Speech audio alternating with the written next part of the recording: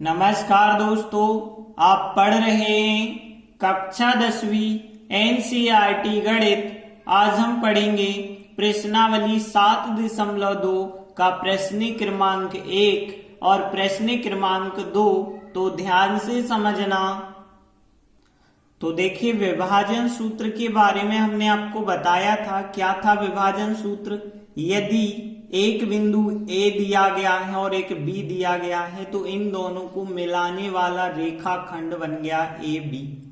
और यदि कोई बिंदु, मान के चलिए पी जो है, वो उसे दो भागों में बांट देता है, एक भाग M1 एक भाग M2, तो फिर इस P बिंदु के निर्देशांक यदि हमें निकालने होते हैं तो फार्मूला हम लगाते हैं M1 x2 plus M2 x1 बटे M1 प्लस M2। ये आता है x का निर्देशांक और y का निर्देशांक M1 y2 plus M2 y1 बटे M1 प्लस M2 आता है। तो आपको ये फार्मूला पता है, इसी फार्मूले का हम उपयोग करेंगे। तो देखिए, प्रश्न एक क्या है, उस बिंदु के निर्देशांक ज्ञात कीजिए जो इस और इस बिंदु को मिलाने वाले रेखाखंड को 2:3 के अनुपात में विभाजित करता है। देखिए, यहाँ पे हमें x1 y1 x2 y2 दिए गए, m1 m2 का अनुपात भी हमें दिया गया है। अब हमें उस बिंदु के निर्देशांक, मतलब यदि हम उस बिंदु को P मान के चलें तो P बिंदु के हमें निर्देशांक ज्ञात करने होंगे। तो देखिए, हम मान के चलते हैं उस बिंदु के निर्देशांक, वो बिंदु P है, निर्देशांक xy है जो इस और इस बिंदु को मिलाने वाले रेखाखंड को 2:3 में विभाजित करता है। देखिए, जो कुछ प्रश्न में कहा जाता है बिल्कुल उसी प्रकार से लिखा। उस बिंदु के निर्देशांक ज्ञात कीजिए, तो यहाँ ज्ञात कीजिए की जगह pxy है निर्देशांक, बाकी सब हमने प्रश्न से ही लिखा। अब हम विभाजन सूत्र लगाएंगे। तब विभाजन सूत्र से उस बिंदु के निर्देशांक, देखिए pxy बराबर फार्मूला क्या होता है, जो फार्मूला विभाजन सूत्र का है वो लगाते हैं। अब ध्यान देना, यहाँ पे x1 y1 x2 y2 m1 m2 सबके मान आपके पास हैं, बस यहाँ पे आपको रखना है।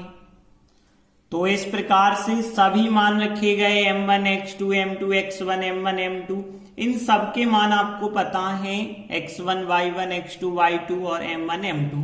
और मान रखने के बाद यदि आप सॉल्व करेंगे तो देखिए क्या प्राप्त होगा, 2 और 4 का गुणा 8, 3 और -1 का -3, नीचे हो जाएंगे 3 और 2 5, यहाँ पे 3 दूनी 6 माइनस के, 7 3 21, यहाँ प्लस के, और 3 और 2 कितने हो जाएंगे 5।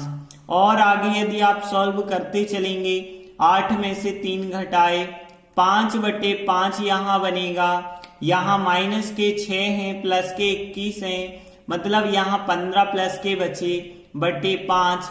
अब देखिए, यहाँ 5/5 का मतलब होगा 5 का 5वें भाग 1, 15 में 5 का भाग 3, तो 1/3 हमारा आंसर होगा। अतः उस बिंदु के अभिष्ट निर्देशांक 1/3 हो जाएंगे। इस प्रकार से प्रश्न 1 कंप्लीट हुआ। अगला सवाल प्रश्न 2, इस और इस बिंदु को जोड़ने वाले रेखाखंड को समत्रिभाजित करने वाले बिंदुओं के निर्देशांक। अब देखिए क्या है, इसे आप एक चित्र के माध्यम से समझिए। देखिए, मान के चलिए आपके पास दो बिंदु हैं। एक बिंदु हो गया A, जो पहला बिंदु है 4 -1, इसे हमने A मान लिया, और एक और जो बिंदु है B मान लिया, उसे -2 -3, और इन दोनों बिंदु को मिलाने वाला ये हो गया रेखाखंड AB। अब देखिए, इसे क्या करना है, समत्रिभाजित, मतलब समान 3 भाग करना है। तो समान 3 भाग करना है तो देखिए, एक बिंदु यहां ले लीजिए, एक यहां ले लीजिए, यहां पे एक बिंदु P, यहां पे एक Q, कुछ भी नाम दे सकते हैं। तो अब आप देखेंगे कि जो AB रेखाखंड था, यदि हम बीच में दो बिंदु लेते हैं, एक P और एक Q, तो देखो एक A से P हो गया भाग, P से Q हो गया और Q से B हो गया, मतलब 1 2 3 भाग हो गए। ये कहलाता है समत्रिभाजित करना। तो देखिए हम मान के चलते हैं पहला बिंदु A है, दूसरा बिंदु B है और इन दोनों को जोड़ने वाले रेखाखंड को जो समत्रिभाजित करते हैं वो बिंदु P और Q हैं।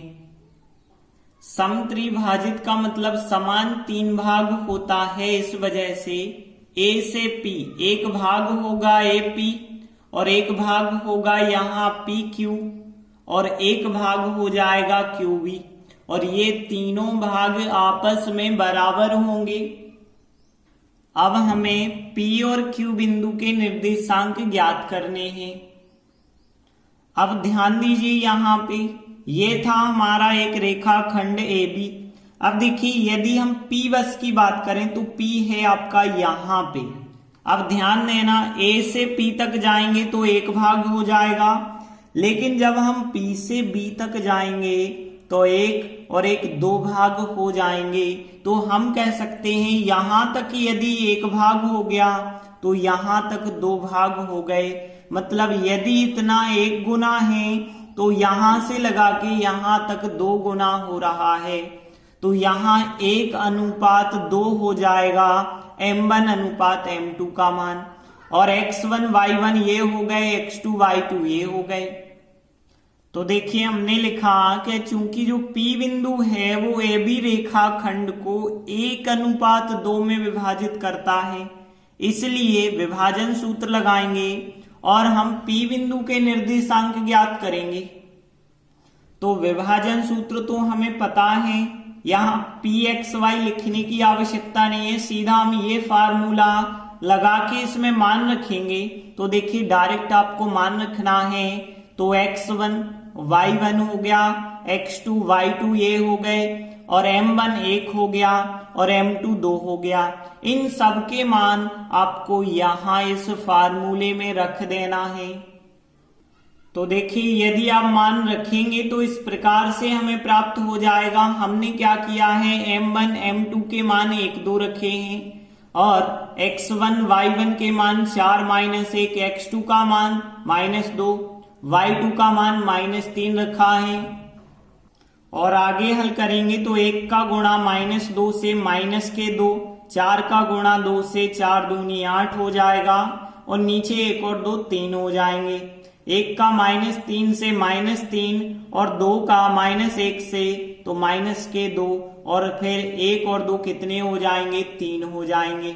और आगे यदि हम सॉल्व करेंगे तो यहाँ पे हमें कितना प्राप्त हो जाएगा, देखिए यदि यहीं पे शॉर्ट में कर दें तो यहाँ पे 6/3 आ जाएंगे और यहाँ -5/3 आ जाएंगे।